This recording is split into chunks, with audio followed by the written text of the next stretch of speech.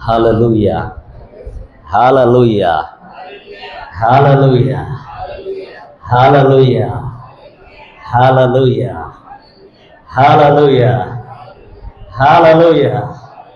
Hallelujah. Hallelujah. આજે હું પરમેશ્વરની ભયંકર ઉપસ્થિતિ અહીં અનુભવ કરી રહ્યો છું.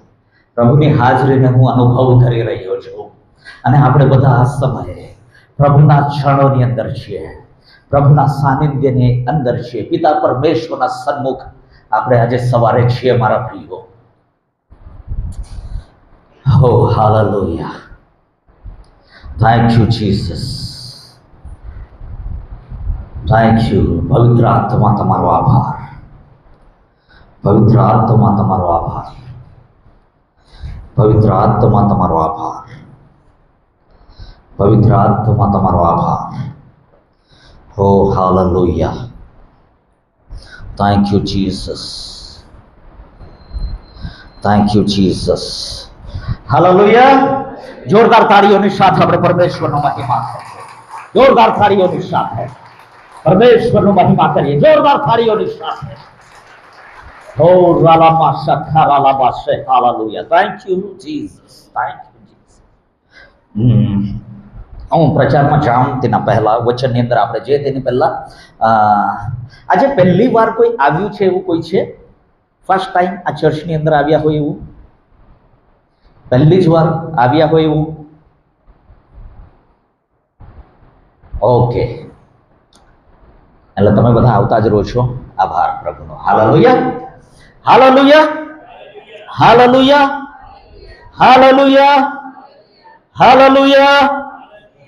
સારું, આજના મારા વચનનો ટોપિક છે, વિષય છે રાહ જુઓ, ધીરજ રાખો, રાહ જુઓ. હાલેલુયા. આજના સંદેશાનો વિષય છે રાહ જુઓ. અને મારી સાથે કાઢી લેજો પ્રેરિતોના કૃત્યો 1 અધ્યાય 4 કલમ. પ્રેરિતોના કૃત્યો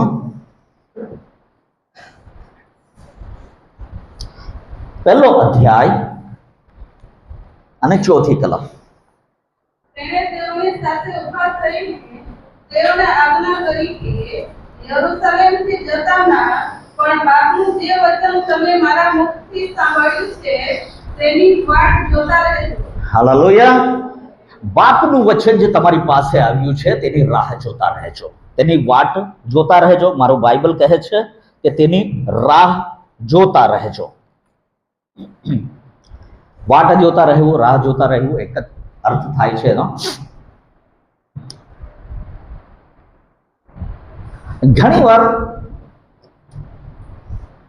આપણે રવિવારની સભાની અંદર આવીએ છીએ, રવિવારની સભાની અંદર આવીએ છીએ, ગીતો ગાઈએ છીએ, સ્તુતિ આરાધના કરીએ છીએ, વચન સાંભળીએ છીએ, ભેટ પણ આપીએ છીએ.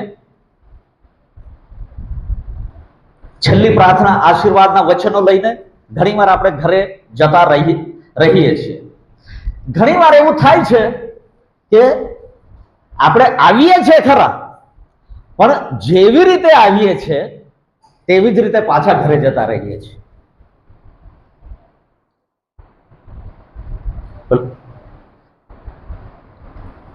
ખાલી હાથે આવ્યા ને ખાલી હાથે જતા રહીએ છીએ.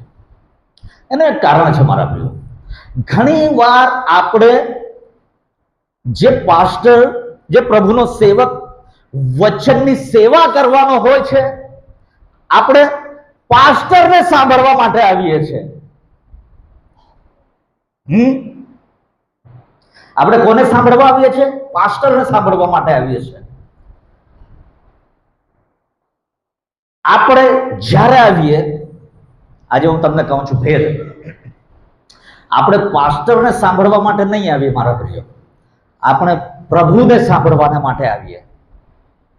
કોને સાંભળવાના માટે આવીએ? પ્રભુને. જ્યારે આપણે પ્રભુને સાંભળવા માટે આવીશું, પરમેશ્વર ઓટોમેટિકલી આપણા જીવનની અંદર કામ કરવાની શરૂઆત કરી દેશે. પાસ્ટરને સાંભળવા આવીશું તો કઈ જ નહીં મળે. પાસ્ટરને સાંભળવા માટે આવીશું, આપણને કંઈ જ નહીં મળશે. પેલા સાવધાન વિશ્રામ એમ કરીને કે ને પરેડ દરમિયાન પછી કે જૈસે થે, એવી રીતે જેવા આવ્યા તેવા જ જતા રહીએ છીએ. રવિવારે સવારે સભાની અંદર જ્યારે આવું, હું પણ એ કરું છું, એ જ હું તમને કહું છું, પ્રાર્થના કરીને આવું, પ્રભુ આજની સભાની અંદર હું તારી પાસેથી કંઈક મેળવવાની આશાએ આજે હું ચર્ચમાં જાઉં છું. પ્રાર્થના કરીને આવો. 2 મિનિટની 1 મિનિટની પ્રાર્થના, 1 જ મિનિટની પ્રાર્થના આપણા જીવનની અંદર કામ કરી દેશે. એલિયાએ ફક્ત એટલું જ કીધું, હે સ્વર્ગના બાપ, અગ્નિ ઉતાર, અગ્નિ ઉતર્યો. 1 જ મિનિટની પ્રાર્થના, 1 મિનિટની પણ નહીં. એ 1 મિનિટની પ્રાર્થના જ્યારે આપણે કરીને આવીશું, ચોક્કસ પરમેશ્વર તમારા ને મારા જીવનમાં કામ કરશે. જે અપેક્ષાઓ સાથે લૂકના આઈ થિંક 5મા 6 અધ્યાયની અંદર લખવામાં આવ્યું છે, 7મા અધ્યાયની અંદર છે બધા સુધી, કે લોકો પ્રભુ ઈસુની પાસે અપેક્ષાની સાથે આવ્યા. એની પહેલા કહે છે કે એક તો વચન સાંભળવા માટે આવ્યા, ઘણા લોકો સાજા થવા માટે આવ્યા, ઘણા લોકો જે દુષ્ટ આત્મા ગ્રસિત હતા તેઓ દુષ્ટ આત્માની મુક્તિ માટે, છુટકારા માટે આવ્યા. અને પછી ત્યાં નીચે એક કલમ કહે છે કે જેટલા લોકો આવ્યા તેઓ છુટકારો પામીને પ્રભુ ઈસુ પાસેથી કંઈ મેળવીને પાછા ગયા. ત્યાં ઘણા લોકો હતા. એક તો ઈસુના શિષ્યો ત્યાં હતા, બીજા શિષ્યો પણ ત્યાં હતા. ઈસુ ખ્રિસ્તના ઘણા બધા, ફક્ત 12 ચેલાઓ મુખ્ય હતા, પણ એના ઘણા બધા શિષ્યો હતા, ચેલાઓ ઘણા બધા હતા. એ બીજા ચેલાઓ પણ ત્યાં હતા. અને વચન ત્યાં કહે કે 4 પ્રાંતના લોકો પણ ત્યાં હતા જે પ્રભુ ઈસુને સાંભળવા માટે આવ્યા હતા. તેઓ અપેક્ષાની સાથે આવ્યા, પ્રભુનું વચન સાંભળવા માટે આવ્યા, અને તેઓ કંઈક મેળવીને પાછા ગયા. આપણે પણ જ્યારે આવીએ, પાસ્ટરને સાંભળવા માટે નહીં, પણ પ્રભુના વચનો પ્રભુને સાંભળવાના માટે આવીએ, ઓટોમેટિકલી પરમેશ્વર આપણા જીવનની અંદર કામ કરતો થઈ જશે. જે અપેક્ષાની સાથે આપણે આવીશું એ અપેક્ષાઓ ચોક્કસ પરમેશ્વર પૂર્ણ કરશે. અને હજી પણ હું કહું છું, ગીત શાસ્ત્ર 138ની બીજી કલમની અંદર એવું કહે છે, પરમેશ્વર પોતાના નામ કરતા, પરમેશ્વર પોતાના નામ કરતા પોતાના વચનને વધારે મહત્વ આપે છે. Hallelujah, hallelujah. પરમેશ્વર પોતાના નામ કરતા પોતાના વચનને વધારે મહત્વ આપે છે. એનો અર્થ કે પરમેશ્વર જે પણ વચનમાં જે પણ લખ્યું છે, વચનની અંદર જે પણ લખ્યું છે, પરમેશ્વર બંધાયેલો છે કે આ વચનને તે પૂરું કરે. પરમેશ્વર આ વચનની અંદર જે પણ લખેલું છે, જ્યારે આપણે તેના પ્રમાણે કરતા થઈશું, પરમેશ્વર ઓટોમેટિકલી કામ કરતો થશે. માટે કહે છે પરમેશ્વર પોતાના નામ કરતા પોતાના વચનને વધારે મહત્વ આપે છે. Hallelujah, hallelujah. તો જ્યારે તમે આવો, ચર્ચની અંદર આવો, મને સુમનભાઈ કે કોઈ બીજો પાસ્ટર આવે તેને સાંભળવા માટે નહીં આવતા. પરમેશ્વર આજે તમારી સાથે શું વાત કરવાનો છે એ સાંભળવા માટે આવો. જો તમે મને અને સુમનભાઈ કે બીજા કોઈ પાસ્ટરને સાંભળવા માટે આવશો ને, તો પછી એવું જ લાગશે, અરે યાર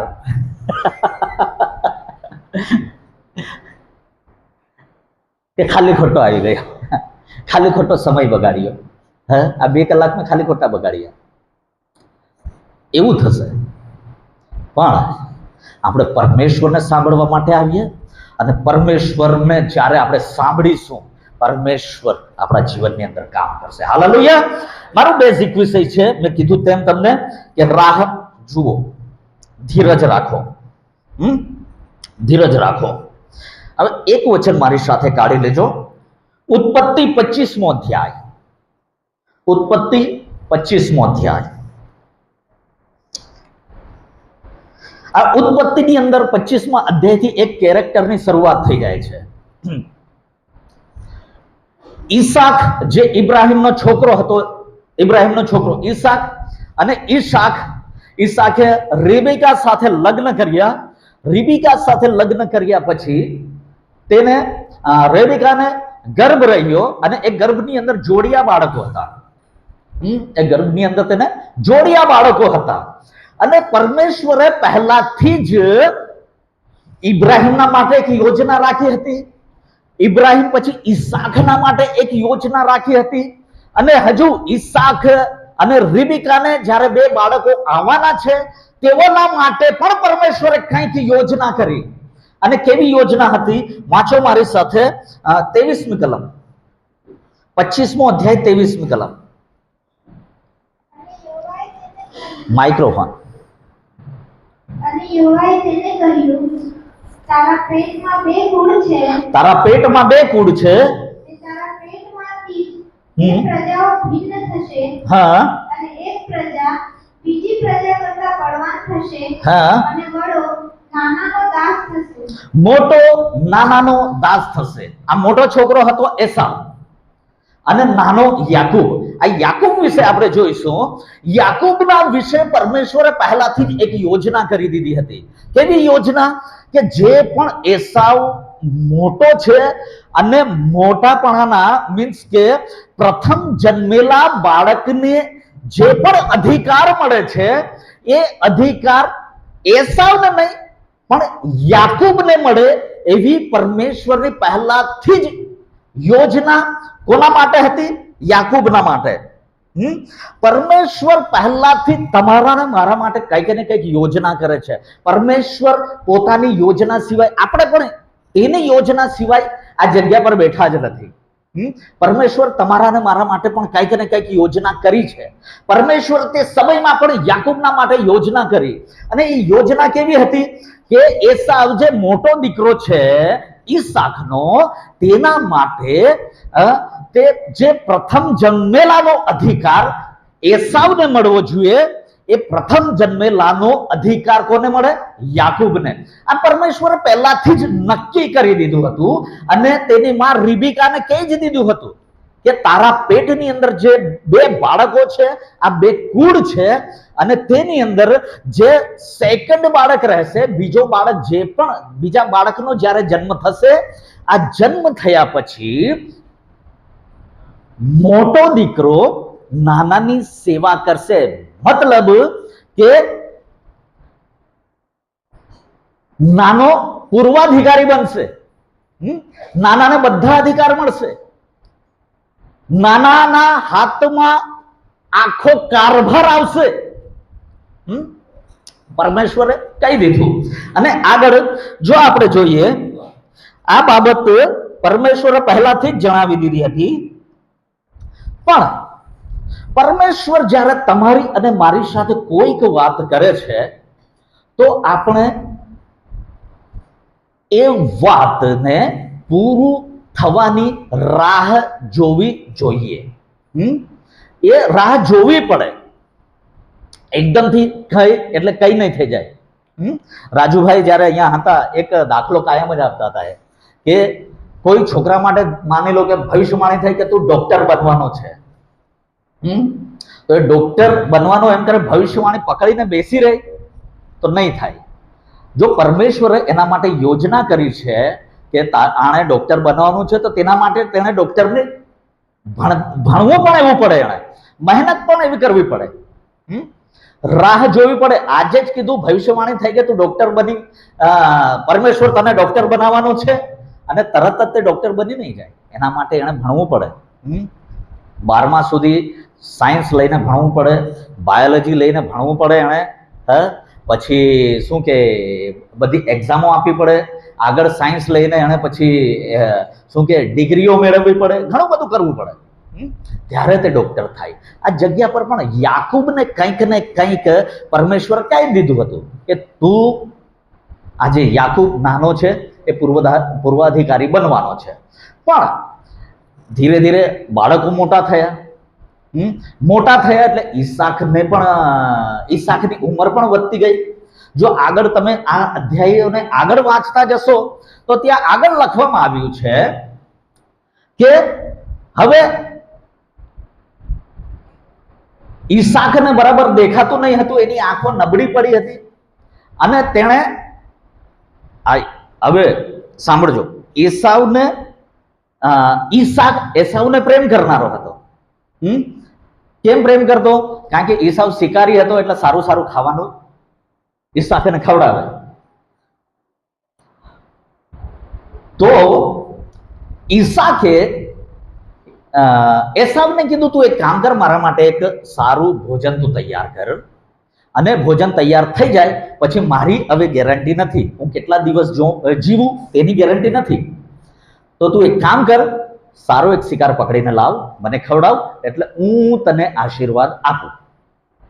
જે મોટા દીકરાને જે આશીર્વાદ મળવા જોઈએ એ આશીર્વાદ હું તને આપું.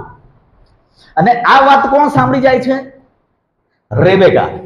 કે આ તો ઈસાક એસાવને આશીર્વાદ આપવાનો છે. હવે રેબેકાને ખબર છે કે પરમેશ્વર યાકૂબને મોટો બનાવવાનો છે. એસાવ કરતા યાકૂબને મોટો બનાવવાનો છે. એસાવ યાકૂબની સેવા કરવાનો છે, એ પણ બાબત ખબર હતી. પણ અહીંયા આ જગ્યા પર જો તમે આગળ વાંચશો તો ત્યાં લખવામાં આવ્યું છે કે રેબેકાએ પરમેશ્વરના સમયની રાહ જોઈ નહીં, અને છેતરીને જે આશીર્વાદ એસાવને મળવાનો હતો એ યાકૂબને અપાવી દીધો. એ વાંચો, હું ડિટેલમાં વધારે જતો નથી, એ તમે ઘરે જઈને વાંચશો, તમને શું કે આગળની આખી માહિતી મળી જશે. 25મા અધ્યાયથી પછી આગળ વાંચજો, ત્યાં તમને માહિતી મળી જશે. તો હવે રેબેકાએ છેતરીને, કોને? ઈસાકને છેતરીને આશીર્વાદ અપાવી દીધો. હવે આશીર્વાદ તો અપાવી દીધો, એના પછી શું થયું તે સાંભળજો. શું એના છેતરીને આશીર્વાદ અપાવી દીધો, પ્રભુના સમયની રાહ નહીં જોઈ અને ઉતાવળે કંઈક ને કંઈક કામ કરી દીધું. જ્યાં રાહ જોવાની હતી ત્યાં ઉતાવળે કામ કર્યું, અને આ ઉતાવળ કરવાનું પરિણામ શું આવ્યું તે સાંભળજો. એક તો પહેલી બાબત એ બની, જ્યારે યાકૂબે આશીર્વાદ લઈ લીધો અને એસાવને ખબર પડી કે મારા ભાઈએ છેતરીને જે આશીર્વાદ મને મળવો જોઈએ એ આશીર્વાદ યાકૂબે લઈ લીધો છે. તો પહેલી બાબત ત્યાં એક બની કે એસાવ અને યાકૂબ જે સારી રીતે રહેતા હતા, પહેલા બંનેની અંદર દુશ્મની ઊભી થઈ ગઈ. પહેલી બાબત ત્યાં થઈ, દુશ્મની ઊભી થઈ ગઈ. નંબર 1. નંબર 2, હવે આ ઈસાક ને આ રેબેકા એનો પરિવાર એ સમયે કનાન દેશની અંદર રહે છે, અને કનાન દેશ તે સમયથી જ બહુ આશીર્વાદિત દેશ હતો, ભરપૂરીનો દેશ હતો. તે જગ્યા પર કોઈ પણ જાતની કમી હતી જ નહીં. અને હમણાં જ્યાં તેઓ રહે છે તેની અંદર ઈસાક ઘણો આશીર્વાદિત, ઘણો ધનાઢ્ય માણસ છે. કારણ કે વચન કહે છે, આગળ જો તમે વાંચશો, પહેલા થોડીક આગળ જો તમે આવીને વાંચશો તો ત્યાં વચન કહે છે કે દુકાળમાં પણ એસાવે વાવ્યું ને તે આશીર્વાદિત થયો, 100 ગુણા પ્રાપ્ત, તેણે 100 ગુણા ફસલ પ્રાપ્ત કરી, પાક તેને મળ્યો. એની પાસે બધું જ હતું, ખૂબ જ ધનાઢ્ય માણસ. એક રાજકુમારની જિંદગી આ એસાવ યાકૂબ બંને જણા જીવતા હતા. પણ એક છેતરવાના કારણે શું થયું? રાહ જોઈને તેના કારણે શું થયું? યાકૂબે આખો કનાન દેશ છોડીને ભાગી જવું પડ્યું. એક તો મા બાપને છોડી દેવું પડ્યું, એસાવને છોડી દેવું પડ્યું, તેની ધન સંપત્તિને છોડી દેવું પડ્યું, જે ભાગ એનો હતો એ ભાગ પણ છોડીને જતું રહેવું પડ્યું. આ ઉતાવળના કારણે એવું થયું. હજુ આગળ હજુ બીજી ઘટના એવી થઈ, તે સમયની અંદર એસાવે 24મા અધ્યાયની છેલ્લી કલમની અંદર લખેલું છે કે તે સમયે એસાવે શું કર્યું? એક બીજી સ્ત્રીઓની સાથે લગ્ન કર્યા, વિધર્મી સ્ત્રીઓની સાથે લગ્ન કર્યા, અને એ સ્ત્રીઓ રેબેકાના માટે એક તો પેલું શું કે જીકા જંજાલ એવું થઈ પડ્યું, એને હેરાન કરનારી હતી. હવે રેબેકાએ છેતરીને યાકૂબને આશીર્વાદ અપાવ્યા થકી આ એસાવ પાછો ગયો અને જે ઇસ્માઇલના વંશની જે સ્ત્રીઓ હતી તેની સાથે પાછો જ એને લગ્ન કરી લઈ આવ્યો. એટલે એક તો પહેલે એની 2 સ્ત્રી હતી, તે તો રેબેકાને દુઃખ આપતી જ હતી, હજુ બીજા વંશ ઇસ્માઇલીના વંશની બીજી સ્ત્રીઓ લઈ આવ્યો, એ પણ વધુ દુઃખ આપનારી બની. આ ઉતાવળના કારણે થયું, રેબેકાના ઉતાવળના કારણે. હજુ આગળ જોઈએ. હવે રેબેકાએ કીધું તું એક કામ કર, તારો ભાઈ તને અહીંયા મારી નાખે એવું છે, દુશ્મન થઈ ચૂક્યો છે, તું એક કામ કર, તારા મામાના ગામની અંદર જા, પાદાન આરામ કરીને ગામ છે ત્યાં તું જા, તારો મામો લાબાન ત્યાં રહે છે, લાબાનના ઘરે જા. તું અહીંયાની સ્ત્રીઓને નહીં કરતો, વિધર્મી સ્ત્રીઓને નહીં કરતો, પણ તું તારા મામાના કુટુંબની અંદર જા અને ત્યાં જે પણ કહે તું ત્યાં રહે, જ્યાં સુધી એસાવનો ગુસ્સો શાંત નહીં થાય ત્યાં સુધી તું ત્યાં રહે, તારા મામાના ઘરે રહે, અને ત્યાંથી જ તું સ્ત્રીઓ પર પાણીને લઈ આવજે. એટલે આખું એનું ઘર બારથી માંડીને ધન સંપત્તિથી માંડીને મા બાપને માંડીને બધાને છોડીને ભાગવું પડ્યું. ભાગીને લાબાનના ઘરે જતો રહ્યો. ત્યાં ગયા પછી એની 2 દીકરીઓ હતી, એક તો રાહેલ અને એક લેયા, 2 દીકરી. હવે યાકૂબ ત્યાં ગયો. યાકૂબે જોયું કે લાબાન પાસે પણ ઘણી બધી સંપત્તિ છે, અને એની જે દીકરીઓ છે એની અંદર નાની દીકરી જે હતી રાહેલ એ એકદમ સુંદર છે, મોટી છોકરી લેયા એને આંખની તકલીફ, બીજા ઘણા બધા ટ્રાન્સલેશન હું વાંચતો હતો કે એની આંખને શું તકલીફ હતી એ હું વાંચતો હતો. તો મરાઠી બાઇબલની અંદર અધુ કરીને છે, અધી કરીને છે. અધી મીન્સ કે અપંગ, આંધળી અને અપંગ, એનો અર્થ એવો થાય છે. ગુજરાતી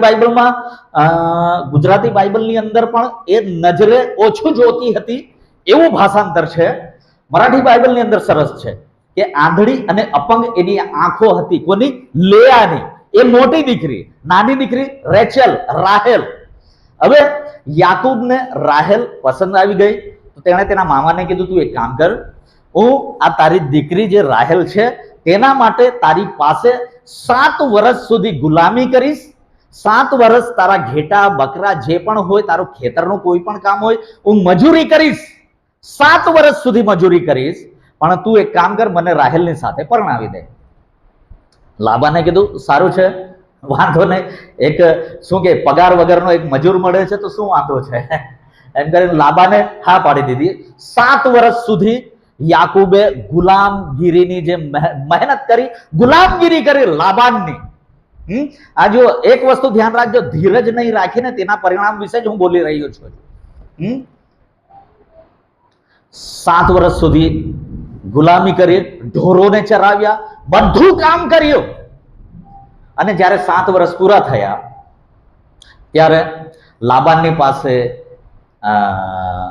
યાકૂબ ગયો અને તેણે કીધું ભાઈ મારી મજૂરીના, મારી ગુલામીના 7 વર્ષ પૂરા થયા છે, હવે તું રાહેલની સાથે મને પરણાવી દે. તો લાબાન પણ ખુશ થઈ ગયો. લાબાને પણ શું કર્યું, મસ્ત શું કે ભોજનની વ્યવસ્થા, આપણે જેમ મંડપ ગાયન વગાડનારા બેન્ડ વાળા બધાને બોલાવીને બધું કર્યું. પણ ઘૂંઘટની અંદર કોને બેસાડી દીધી? લેયાને. એક છેતરીને જે આશીર્વાદ લઈને આવેલો, આ તો ઠગ ને મહાઠગ મળી ગયો એમ કે તો ચાલે. યાકૂબ છેતરીને ત્યાંથી આવેલો, યાકૂબને અહીંયા લાબાને છેતર્યો. વાત થઈ હતી કે નાની દીકરી સાથે લગ્ન કરવાની, અને તેને પરણાવી દીધી મોટી દીકરી સાથે, જેની આંખ નબળી, જેની આંખ અપંગ આંખો હતી એમ કે તો ચાલે, એવી આંખો વાળી સ્ત્રીને પરણાવી દીધી. સવારે તો તેણે જોયું કે આ ભાઈ આ તો મેં જે કીધેલું તે તો આ કઈ ભલતું જ નીકળ્યું છે. પાત્ર લાબાનની પાસે પાછો ગયો યાકૂબ કે મારી અને તમારી વાત થઈ હતી રાહેલના માટે, પણ ત્યારે લાબાને કીધું અમારા પરિવારની અંદર, અમારા સમાજની અંદર એવો રિવાજ છે કે પહેલે મોટી પાણે પછી નાની પાણે. હવે તારે રાહેલની સાથે જો લગ્ન કરવું હોય તો વાંધો નહીં, બીજા 7 વર્ષ મહેનત કર. 7 વર્ષ પાછી મહેનત કરી. 7 + 7 કેટલા થઈ ગયા? 14 વર્ષ ગુલામી. 14 વર્ષ ગુલામીના પણ થઈ ગયા. રાહેલની સાથે પણ પરણી ગયો. હવે 2 સ્ત્રીઓને પરણી તો લીધી, પણ ખાવા પીવા માટે કઈ જોઈએ કે નહીં? હા, કઈ બે પત્નીઓને પોષવાનું એટલે કઈક તો જોઈએ. એટલે કીધું તું એક કામ કર, હજુ હું તારી સાથે મહેનત કરીશ, તારી પાસે હજુ મહેનત કરીશ, ગુલામગીરી કરીશ, પણ તું મારા આ ઘેટા બકરાને આ જેના કારણે જે મારા કારણે મારી મહેનત દ્વારા તું આશીર્વાદિત થયો છે તે તેમાંથી મને કંઈક આપ. ફરીથી લાબાને કીધું તું એક કામ કર, તું મારા ઘેટાને ચરાવ. હવે પછી જે પણ શું કે આ બચ્ચાઓ જન્મે, કાબરા ચિત્રા જન્મે, તે તારા, પ્લેન રે તે મારા, ચટાપટા વાળા જે જન્મે તે તારા, બીજા બધા મારા. અને આ બધું કર્યું. તેણે કીધું કે ચટાપટા વાળા જન્મે તો તારા, બચ્ચાઓ ચટાપટા વાળા પટ્ટા વાળા બચ્ચાઓ જન્મ્યા. શું થયું? લાબાને પાછા નહીં આપ્યા. અને 6 વર્ષ સુધી તેણે મહેનત કરી, છેતર્યો, છેલ્લે કંઈ જ નહીં આપ્યું. પણ એક દિવસ એવું થયું, આ જે એસાવને છેતરીને જે હક લઈને, જે આશીર્વાદ લઈને આવેલો, ફરીથી આ લાબાનના ઘરમાંથી પણ તેણે રાતોરાત નાસી જવું પડ્યું. વચન કહે છે કે લાબાન કંઈક કામ માટે બહાર ગયો હતો અને આ રાતોરાત તેની પત્ની, તેના બાળકો, 11 બાળકો, તેની જે 4 પત્ની, 2 પત્નીઓ અને તેની જે દાસીઓ હતી, એ 4 ને લઈને, 11 બાળકોને લઈને, જે પણ તેની પાસે હતું, જે લૂંટાય, જે લેવાય, એ બધું લઈને આ નીકળી પડ્યો. નીકળી ગયો. ત્યાંથી પણ તેને ભાગવું પડ્યું. અને આગળ ત્યાંથી ભાગ્યો. પાછો એ ક્યાં આવ્યો? કનાન દેશની અંદર. કોની પાસે? એસાવની પાસે. આજે આપણે સ્ટોરી જેવું જ ચાલે છે, એટલે ધ્યાનથી સાંભળતા જ રહેજો. આપણે બહુ વચન વંચાવવાના નથી. ત્યાં પાછો ગયો. પાછો જતા એક તો ગભરાઈને એક કનાનમાંથી ભાગી આવેલો, પાછો ગભરાતા પાછો કનાનની અંદર આવ્યો. આ બધા રાહ નહીં જોઈ તેનું જ પરિણામ. ગભરાતો ભાગેલો, પાછો આવ્યો ત્યારે ગભરાતો આવ્યો. અને તેણે 3 ટુકડી એસાવની પાસે મોકલી કે હું તારો જે નાનો ભાઈ યાકૂબ છે, તેની બધી આ ધન સંપત્તિને આ બધું છે. એસાવે સ્વીકાર કર્યો. થઈ ગયો. એક સારી રીતે કહેવાનો અર્થ છે કે એક તો છેતરીને આ ભાગેલો, છેતરીને જે ગયેલો, પાછો ત્યાંથી પણ છેતરીને જ આ પાછો આવ્યો. ભાગીને જ પાછો આવ્યો. ડરની સાથે ગયેલો, ડરની સાથે પાછો આવ્યો. આ છે એ યાકૂબના જીવનની અંદર રાહ નહીં જોવાનું પરિણામ. ઘણીવાર આપણે પણ ઘણી બાબતો માટે રાહ નથી જોતા, ઉતાવળ કરી નાખીએ છીએ. પણ એક ગુજરાતીમાં એક કહેવત છે, ઉતાવળા સો બાવરા, ધીરા સો ગંભીર. આ એક ગુજરાતીમાં કહેવત. સુમનભાઈ કાયમ જ એક વાત બોલે. કઈ બાબત કહું? ઉતાવળે આંબા ન પાકે. એ કાયમ કહે છે સુમનભાઈ, ઉતાવળે આંબા નહીં પાકે. આ ઉતાવળે રાહેલ ઉતાવળે આંબા પકાવવા ગઈ, ગોટલી પણ તેના હાથમાં નહીં આવી ને ભાગી જવું પડ્યું. નંબર 1, યાકૂબના જીવનમાં આવું થયું. જો યાકૂબના માટે પરમેશ્વર પહેલાથી જ યોજના હતી કે ત્યાં રહેતે બધું થતે, તેના સમય પર બધું જ થતે, એને ભાગવાની કોઈ જરૂર નહીં હતી. જે 20 વર્ષ તેણે લાબાનને ત્યાં ગુજાર્યા, એ 20 વર્ષની અંદર અહીંયા હજી મોટો ધનાઢ્ય માણસ તે બની જતે, એક મોટો માણસ બની જતે. આખો એસાવનો જે ધન સંપત્તિ ઘેટા બકરા જે પણ ઈસાકની પાસે હતું એ ઈસાકનું બધી સંપત્તિ યાકૂબને મળવાની જ હતી, કારણ કે પરમેશ્વરે યોજના કરેલી. પણ યાકૂબ અને રાહેલે મળીને ઉતાવળ કરી નાખી. રેબેકાએ મળીને ઉતાવળ કરી નાખી અને ઉતાવળે 20 વર્ષ એને પાછા ધકેલાઈ જવું પડ્યું. એક ધનાઢ્ય માણસમાંથી ગુલામ તેને બની જવું પડ્યું. શેના કારણે? ફક્ત રાહ નહીં જોઈ તેના કારણે. આ જૂના કરારની અંદર આ પહેલો દાખલો. હજુ બીજો દાખલો આપું છું રાજા સાઉલના વિશે. રાજા સાઉલ, આ રાજા સાઉલ પહેલા કોણ હતો? જો તમે વાંચશો પહેલા સમુએલના પુસ્તકની અંદર, તમે પહેલા સમુએલની અંદર તમે વાંચતા જશો ત્યાં સાઉલના વિશે લખવામાં આવ્યું છે. આ સાઉલ ગધેડા ચરાવનારો, આ સાઉલ કોણ હતો? ગધેડા ચરાવનારો માણસ હતો. ઇઝરાયલનો પહેલો રાજા ગધેડા ચરાવનારો હતો. અને ઇઝરાયેલી લોકોએ સમુએલ ભવિષ્યવક્તાની પાસે જઈને કીધું, તું એક કામ કર, તું અમને રાજા અપાવ, અમને એક રાજાની જરૂર છે. જેમ બીજા અન્ય જાતિના લોકો જેવો પર રાજા રાજ કરે, અમને પણ તું એવો રાજા અપાવ. અને સમુએલ ભવિષ્યવક્તાએ જઈને પરમેશ્વરને કહ્યું, પરમેશ્વર, આ લોકો રાજા માંગે છે, શું કરું? પરમેશ્વરે કીધું, એક કામ કર, ઇઝરાયેલી લોકો તારી પાસે માંગે છે, કઈ વાંધો નહીં, એને તું રાજા અપાવ. અને એક કામ કર, એક બિન્યામીન કુળનો સાઉલ કરીને એક વ્યક્તિ છે, આખા બિન્યામીન કુળની અંદર સૌથી ઊંચામાં ઊંચો માણસ એ જ છે. એના ખભા સુધી લોકો, સૌથી હેન્ડસમ, સૌથી સુંદર અને સૌથી ઊંચો આ સાઉલ હતો. સાઉલ, એને તું રાજા બનાવી દે. રાજા બનાવી દીધો. સમુએલે જઈને રાજા બનાવી દીધો સાઉલને, અભિષેક કર્યો, રાજા તરીકે તેનો અભિષેક કર્યો. આ બધું થયા પછી પહેલું યુદ્ધ લડવાનું આવ્યું ફલિસ્તીની સાથે. આ ફલિસ્તી દેશના લોકોની સાથે. અને તે સમયે ફલિસ્તી દેશના લોકો એકદમ મજબૂત, એમનું સેના એકદમ મજબૂત, બહુ મોટી વિશાળ સેના. ફલિસ્તી લોકોની સંખ્યા પણ ઘણી બધી સંખ્યામાં પણ ખૂબ મોટો દેશ. તેણે જોયું, અભિષેક કર્યો, તે અભિષિક્ત થયો. અને પહેલું કામ જ્યારે ફલિસ્તી દેશના લોકોની સાથે લડવાનું આવ્યું ત્યારે શું થયું? સમુએલ એ સાંભળે છે. શું સાંભળે છે? કે ફલિસ્તી દેશની સાથે હવે સાઉલે લડવાનું છે.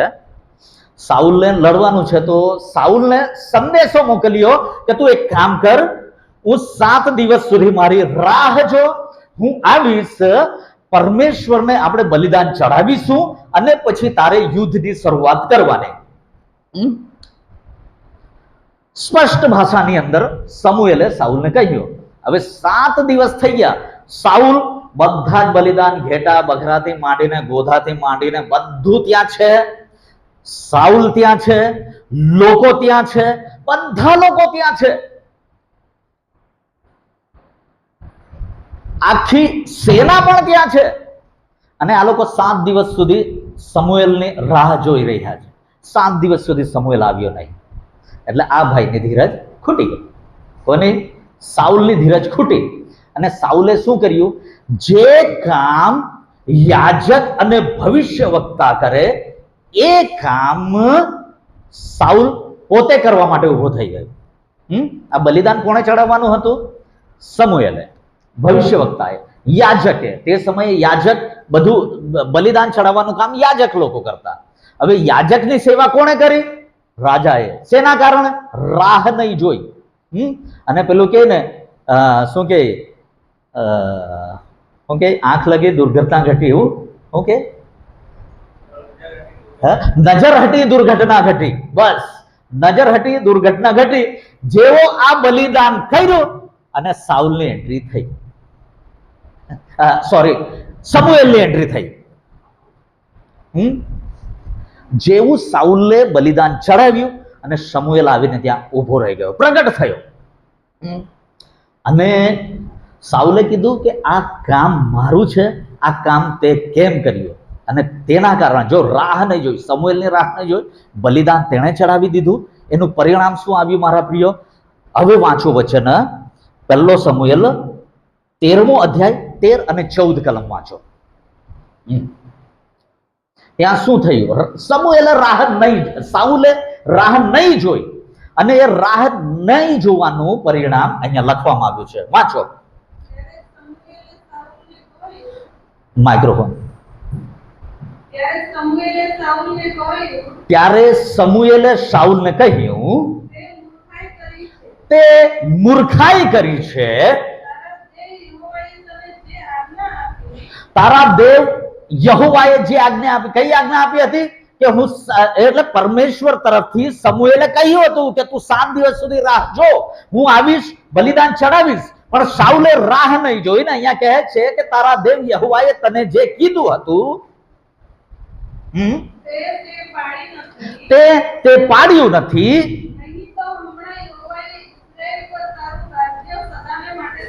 નહીં તો, ફરીથી વાંચો આ નહીં તો થી, નહીં તો હમણાં યહોવાએ ઇઝરાયલ પર તારું રાજ્ય સદાને માટે સ્થાપ્યું હોત. સદાને માટે, આ સદાને માટે સ્થાપ્યું, તેનો અર્થ શું છે મારા પ્રિયો? સાંભળજો ધ્યાનથી, સાંભળજો ધ્યાનથી, સાંભળજો ધ્યાનથી. પરમેશ્વરે દાઉદને પસંદ કર્યો આના પછી, અને પરમેશ્વરે કીધું કે મને મનગમતો માણસ એક મળી ગયો છે, તેના દ્વારા તેનું રાજ્યાસન સદાને માટે રહેશે. અને આ સદાના માટે રહેશે તેનો અર્થ થાય છે કે દાઉદના કુળમાંથી જો આગળ જોઈએ તો પ્રભુ ઈસુ ખ્રિસ્ત આવ્યો. દાઉદના કુળમાંથી પ્રભુ ઈસુ ખ્રિસ્ત આવ્યો. આ દાઉદનું નામ ત્યાં સુધી નહીં હતું. પરમેશ્વરની ઈચ્છા હતી કે પરમેશ્વરે સાઉલને પોતાની જગ્યા પર આખા ઇઝરાયલ દેશનો રાજા ઠરાવ્યો હતો. આખા ઇઝરાયલનો રાજા પરમેશ્વર પહેલા હતો. પરમેશ્વરના સ્થાન પર પરમેશ્વરે સાઉલને મૂક્યો, અને સાઉલ બિન્યામીન કુળનો માણસ, તેના કુળમાંથી પ્રભુ ઈસુ ખ્રિસ્તને લાવવાની યોજના પરમેશ્વરની હતી. સાંભળજો ધ્યાનથી. બિન્યામીન કુળમાંથી જો સાઉલ એકદમ બરાબર રહેતે તો પ્રભુ ઈસુ ખ્રિસ્ત દાઉદના કુળમાંથી કે યહૂદાના કુળમાંથી નહીં, પણ બિન્યામીન કુળમાંથી આવતે. સદાના માટે રાજ્યસ્થાન સ્થાપવાનો અર્થ એ થાય છે. પણ આખી પરમેશ્વરની યોજના જે પ્રભુ ઈસુ ખ્રિસ્તને બિન્યામીન કુળમાંથી લાવવાની હતી, એ આખી પરમેશ્વરની યોજના બદલાઈ ગઈ ફક્ત એક સમુએલની રાહ નહીં જોઈ તેના કારણે. સમજી રહ્યા છો તમે? પ્રભુની, પિતા પરમેશ્વરની યોજના પ્રભુ ઈસુને સાઉલના કુળમાંથી લાવવાની હતી, પણ સાઉલે ભૂલ કરી, રાહ નહીં જોઈ. અને આગળ જો તમે વાંચશો તો ત્યાં લખવામાં આવ્યું છે કે પરમેશ્વરને પોતાનો મનગમતો માણસ મળી ગયો છે. હવે સાઉલ, વાંચો આગળ વાંચો. હવે તારું રાજ્ય કાયમ રહેશે નહીં. યહોવાએ પોતાનો મનગમતો માણસ શોધી કાઢ્યો છે.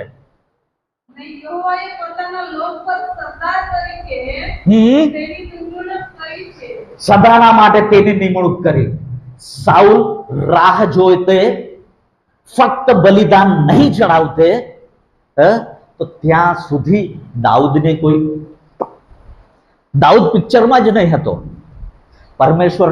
પરમેશ્વરે પોતાના સ્થાને સાઉલને મૂકવાનું કારણ કે સાઉલના કુળમાંથી પ્રભુ ઈસુ ખ્રિસ્ત આવે. પણ સાઉલે એ વાતને નકારી કાઢી. તેના પછી શું થયું? તરત જ પરમેશ્વરે દાઉદને પસંદ કર્યો. એ દાઉદના કુળમાંથી પ્રભુ ઈસુ ખ્રિસ્ત આવ્યો. Hallelujah, hallelujah, hallelujah. દાઉદના કુળમાંથી પ્રભુ ઈસુ ખ્રિસ્ત આવ્યો. આ છે રાહ નહીં જોઈ તેનું પરિણામ. જ્યાં સાઉલનું રાજ્યસ્થાન હંમેશાના માટે સ્થપાવવાનું હતું, સાઉલનું રાજ્યસ્થાન જતું રહ્યું. દાઉદનું રાજ્યાસન આવી ગયું, અને એ દાઉદના રાજ્યાસન, દાઉદના કુળમાંથી પ્રભુ ઈસુ ખ્રિસ્ત આવ્યો, જન્મ લીધો, આવ્યો, અને આપણા પાપો શ્રાપોને તેણે પોતાના માથા પર લઈ લીધા, અને આપણને તારણ આપવાનું કારણ બન્યું એ યહૂદા ગોત્રનો સિંહ. Hallelujah, hallelujah, hallelujah. આ રાહ નહીં જોઈ તેના કારણે આ થયું. હવે ફરીથી પાછા પ્રેરિતોના કૃત્યોની અંદર આવી જાઓ. પહેલો અધ્યાય 4 ને 5મી કલમ વાંચો. તેણે તેઓની સાથે ભેગા થઈને તેઓની સાથે ભેગા થઈને, હા વાંચી જાઓ. તેઓને આજ્ઞા કરી કે હા. યરૂશલેમથી જતા ના, હા. પણ બાપનું જે વચન તમે મારા મુખથી સાંભળ્યું છે હા. તેની વાટ જોતા રહેજો. હા. કેમ કે યોહાને પાણીથી બાપ્તિસ્મા કર્યું ખરું, બસ બસ બસ 5મી કલમ વાંચીને 4 થી 5મી. હા, 5 અડધી વાંચી. ઓકે, 5મી આખી વાંચો. પણ થોડા દિવસ પછી તમે પવિત્ર આત્માથી બાપ્તિસ્મા થોડા દિવસ પછી તમે પવિત્ર આત્માથી બાપ્તિસ્મા પામશો. હાલેલુયા. આ જ્યારે પ્રભુ ઈસુ ખ્રિસ્તને સ્વર્ગની અંદર ઉચકી લેવામાં આવ્યો એ સમયે સાંભળજો, કરંથીઓના પત્રની અંદર લખવામાં આવ્યું છે ત્યાં 500 કરતા વધારે લોકોએ પ્રભુ ઈસુ ખ્રિસ્તને સ્વર્ગની અંદર ચડતા જોયો. સ્વર્ગની અંદર જતા જોયો. 500 કરતા વધારે લોકો ત્યાં હતા, પણ આ 500 માંથી 120 લોકો માર્કનું ઘર, જે ઉપલી મેળી કહેવાય છે, એ ઉપલી મેળી માર્કના ઘરની અંદર 500 જણા નહીં પણ 120 લોકો ત્યાં ભેગા થયા, રાહ જોઈ. 10 દિવસ સુધી તેઓએ પ્રાર્થના કરી, અને 10મા દિવસે એવું થયું. બીજો અધ્યાય 1લી કલમની અંદર લખવામાં આવ્યું છે કે 50માના દિવસે પવિત્ર આત્મા ઉતરી આવ્યો. હાલેલુયા. 50માના દિવસે, એટલે તેઓના જે પ્રાર્થના કર પ્રભુ ઈસુ ખ્રિસ્તને ઉચકી લીધા પછી 10મા દિવસે પ્રભુ પવિત્ર આત્મા આ 120 લોકો પર ઉતર્યો. ત્યાં બીજો અધ્યાય, બીજી, ત્રીજી, ચોથી કલમ વાંચશો, ત્યાં લખવામાં આવ્યું છે કે જેટલા લોકો ત્યાં ભેગા હતા બધા પવિત્ર આત્માથી ભરપૂર થયા. Hallelujah, hallelujah. બધા લોકો પવિત્ર આત્માથી ભરપૂર થયા. શેના કારણે? ફક્ત આ લોકોએ રાહ જોઈ. 10 દિવસ સુધી રાહ જોઈ. કેવી રીતે રાહ જોઈ? પ્રાર્થના, એક મન એક ચિત્તના થઈને ઉપલી મેળીની અંદર તેઓએ પ્રાર્થના કરી. પ્રાર્થના કરતા રહ્યા, રાહ જોતા રહ્યા, પ્રાર્થના કરતા રહ્યા, રાહ જોતા રહ્યા, અને 10મા દિવસે એવું થયું પવિત્ર આત્માથી એક વ્યક્તિ, મીન્સ કે 120 લોકો પવિત્ર આત્માથી ભરપૂર થયા. અને જ્યારે પવિત્ર આત્મા તેઓ ઉપર આવ્યો, પહેલો અધ્યાય 8મી કલમ કહે છે કે તમે પવિત્ર આત્મા તમારા પર આવશે અને તમે સામર્થ્ય પામશો. યરૂશલેમ, યહૂદિયા, સામરિયા અને પૃથ્વીના છેડા સુધી તમે મારા સાક્ષી થશો. હાલેલુયા. પવિત્ર આત્મા આ 120 લોકોને મળ્યો. સેવા કરવાની તેઓ શરૂઆત કરી દીધી. એ બીજા અધ્યાયથી જ શરૂઆત કરી દીધી. લોકો તારણ પામતા ગયા, લોકો તારણ પામતા ગયા, અને એક સમય એવું થયું કે જ્યારે પવિત્ર આત્મા તેમના પર ઉતરી આવ્યો, લોકો અલગ અલગ ઠેકાણે સેવા કરતા થઈ ગયા. આપણા ભારત દેશની અંદર પણ એ સમયે થોમા આવ્યો, અને થોમાએ ભારત દેશની અંદર ખ્રિસ્તની સુવાર્તા લઈને આવ્યો, અને એ સુવાર્તા ધીરે ધીરે આગળ વધતી ગઈ. અને આજે તમે અને હું જ્યારે આપણે બેઠા છીએ, આ શિષ્યોએ જે રાહ જોઈ, પવિત્ર આત્મા તેઓ પામ્યા, તેના કારણે આ બાબત શક્ય બની. તેઓએ રાહ જોઈ, તેના કારણે યાકૂબે રાહ જોઈ નહીં, ભાગવું પડ્યું. સાઉલે રાહ નહીં જોઈ. જે યોજના પરમેશ્વર તેના માટે, તેના કુળના માટે, આખા ગોત્રના માટે કરી હતી, એ આખી પરમેશ્વરની યોજના નિષ્ફળ ગઈ. પણ આ 120 લોકોના માટે પણ પરમેશ્વરે જે યોજના કરી, એ પરમેશ્વરે તેઓને કીધું, તેઓએ રાહ જોઈ, પવિત્ર આત્મા તેઓ પામ્યા, અને તેઓના કારણે આજે પવિત્ર આત્મા આપણા મધ્ય છે. Hallelujah, hallelujah, hallelujah. આ રાહ જોવાનું પરિણામ છે મારા પ્રિયો, રાહ જોવાનું. 1982 ની અંદર અમે લોકો વિશ્વાસની અંદર આવ્યા. જ્યારે વિશ્વાસની અંદર અમે આવ્યા, પાખરી ચર્ચની અંદર અમે જતા હતા. અમારી એક ચાલી હતી, ચાલીની અંદર અમે રહેતા હતા. પછી અમે એક રૂમની અંદર રહેતા હતા, બીજી 3 રૂમ ભાડેથી હતી. ભાડેથી પછી અમારે ત્યાં નવીનભાઈ ને એ લોકો અમારે ત્યાં રહેવા માટે આવ્યા. એક વિશ્વાસુ હજુ એક પરિવાર થયું, બે પરિવાર થયું, પછી સંગતિ થઈ સુધીરભાઈ એ લોકોની સાથે, પછી સંગતિ થઈ જોલુભાઈ એ લોકોની સાથે. એક રૂમની અંદર અમે એક 10 બાય 10 ની 12 બાય 10 ની રૂમની અંદર અમે 4 પરિવાર 1984 થી લઈને 1987 સુધી જગ્યા નહીં લીધી ત્યાં સુધી ત્યાં રહ્યા. વચ્ચે ટેકરા પર સુરેશભાઈ ના હતા, સંખ્યા વધી, ટેકરા પર ગયા, ત્યાં મગજમારી થઈ, પાછા અમારે ઘરે આવ્યા.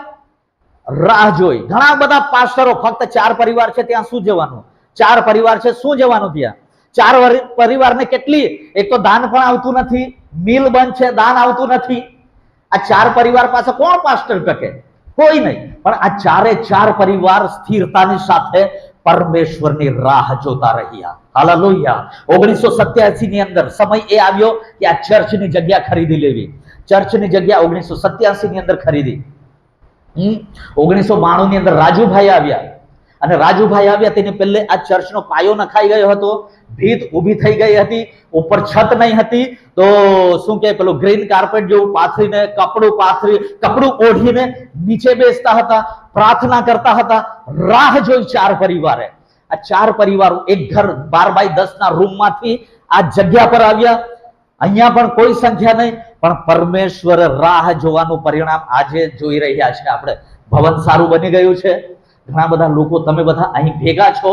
આ એ 4 પરિવાર જેઓએ રાહ જોઈને છેલ્લે સુધી વિશ્વાસની સાથે ટકી રહ્યા, એનું આ પરિણામ છે મારા પ્રિયો. પરમેશ્વર કદી પણ તેની રાહ જોનારાને નિરાશ કરતો નથી. હાલેલુયા, બોલો હાલેલુયા. પરમેશ્વર નિરાશ કરતો નથી. આજે એ પરમેશ્વર તમારા અને મારા આપણા બધાના મધ્યે પરમેશ્વર નિવાસ કરી રહ્યો છે. આગળ પણ જો પરમેશ્વરે તમારી સાથે કંઈક વાત કરી હોય, પરમેશ્વર કોઈ પણ દાસ દ્વારા તમારી સાથે બોલ્યા હોય, તેની રાહ જુઓ. જે પણ કીધું છે તેના પર ટકી રહો. જે પણ કહ્યું તેના પર તમે ટકી રહો. રાહ જુઓ પરમેશ્વરની. પરમેશ્વર ચોક્કસ એ બાબતો પૂરી કરશે. Hallelujah, hallelujah. જોરદાર તાળીઓની સાથે આપણે પરમેશ્વરનો મહિમા કરીએ. આપણા જીવનોને આપણે પરમેશ્વરના હાથોમાં સોંપી દઈએ. ઓ રીબા સબા રાલાબા સખા રિયાંધા રાલાબા સે, ઓ રિયાંધા રીમા સખા રાબા સબો, ઓ રીબા સખે રિયાંધા સં રાલાબા સે. પિતા પરમેશ્વર, આ સમયે ફરીથી એકવાર અમે તમારા ચરણોમાં, તમારા કૃપાસનની પાસે આવીએ છીએ પ્રભુ. તમારા કૃપાસનની પાસે, ઓ પ્રભુ યેશુના નામમાં પિતા પરમેશ્વર અમે તમારી પાસે આવીએ છીએ પ્રભુ. પિતા પરમેશ્વર, તમે એમને ગ્રહણ કરો, સ્વીકાર કરો. હા પ્રભુજી, આજે જે વચનો અમે સાંભળ્યા, રાહ જોવા થકી જે ફાયદાઓ ઓ પ્રભુજી તમારા દાસો સંતોને તમે આપ્યા છે પ્રભુજી, એ રાહ જોનારો હા પ્રભુજી ધીરજની સાથેનો આત્મા તું અમને આપ. પવિત્ર આત્માના ફળોની અંદર જે 9 ફળો છે, ઓ પ્રેમ, આનંદ, શાંતિ, કૃપા, ધીરજ, ભલાઈ, વિશ્વાસ, નમ્રતા અને સંયમ. આ 9 પવિત્ર આત્માના 9 ફળમાંથી એક ફળ છે મારા પ્રિયો, ધીરજ. રાહ જુઓ પિતા પરમેશ્વર, પવિત્ર આત્માના રાહ જોવાનું ફળ અમારા જીવનની અંદર કામ કરે રાજા. અને જે યોગ્ય યોજનાઓ તમે અમારા માટે રાખી છે પ્રભુજી, એ યોજનાને અમે જોતા થઈએ. એ યોજનાને અમારા જીવનની અંદર, અમારા પરિવારની અંદર, અમારા મંડળીની અંદર એ યોજના પૂરી થતી અમે જોઈએ, અને તમારો મહિમા અમે કરી શકીએ રાજા. એવું તમે થવા દો એવી અમારી પ્રાર્થના છે. હા પ્રભુ, આ સમય અમે બધા તમારા હાથોમાં સોંપાઈ જઈએ છે. સહાય મદદ તમે કરો, કૃપા તમે પૂરી પાડો. પ્રાર્થના સાંભળી માટે આભાર. સર્વ આદર, માન, સન્માન, ગૌરવ તમને આપતા, અમારા જીવનોને તમારા હાથોમાં સોંપતા પ્રાર્થના પ્રભુ યેશુના સામર્થ્ય અને બળવાન નામની અંદર અમે માંગીએ છીએ. મંડળી કહે આમેન, આમેન, હાલેલુયા. સારું, પ્રભુ તમને બધાને આ વચનો થકી આશીષિત કરે. Thank you. God bless you.